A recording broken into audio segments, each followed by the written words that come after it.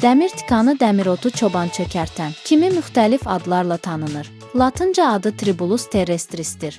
Vətənimizdə əsl adı dəmir tikanıdır. Başqa bitkilərdə olmayan xüsusi faydaları var. Dəmir tikanının tərkibində olan Tribulus adlı maddə hipofiz, vəzin fəaliyyətinin pozulması nəticəsində səviyyəsi azalan testosteronun qanda miqdarını artırır. Maraqlıdır ki, bəzən hipofiz vəzidə əmələ gələn şişin təsirindən qanda testosteron səviyyəsi arta da bilər. Həmin halda dəmir tikanının istifadəsi çox faydalıdır. Tərkibindəki tribulus maddəsi qaraciyər fermentlərinin aktivliyini artırır. Qaraciyərdə piylənmənin qarşısını alır. Öd və böyrəklərdə əmələ gəlmiş daşları da əritməkdə mahir bir bitkidir.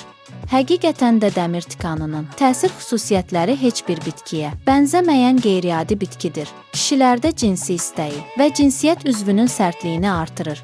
Şişmiş prostat vəzi, hiperplaziyalarında vəzinin ölçülərini kiçildir. Dəmir tikanı bitkisi qadınlarda uşaqlıq ölçülərini böyüdür. Bəzi qadınlarda uşaqlıq normadan, balaca olduğundan hamiləlik baş tutmur. Həm də hormonal pozulmalarda da daha faydalıdır. Hamiləlik zamanı baş verən düşüklərin qarşısını almaq üçün istifadə olunur. Yığılma qaydası belədir. Əgər əl vurulanda tikanlar bölünüb tökülürsə əsl vaxtıdır. Bitkinin dəmləməsi dişləri tökə bilər. Ona görə çöplə için. İstəkanla içsəniz duzla ağız qarqara edilməlidir.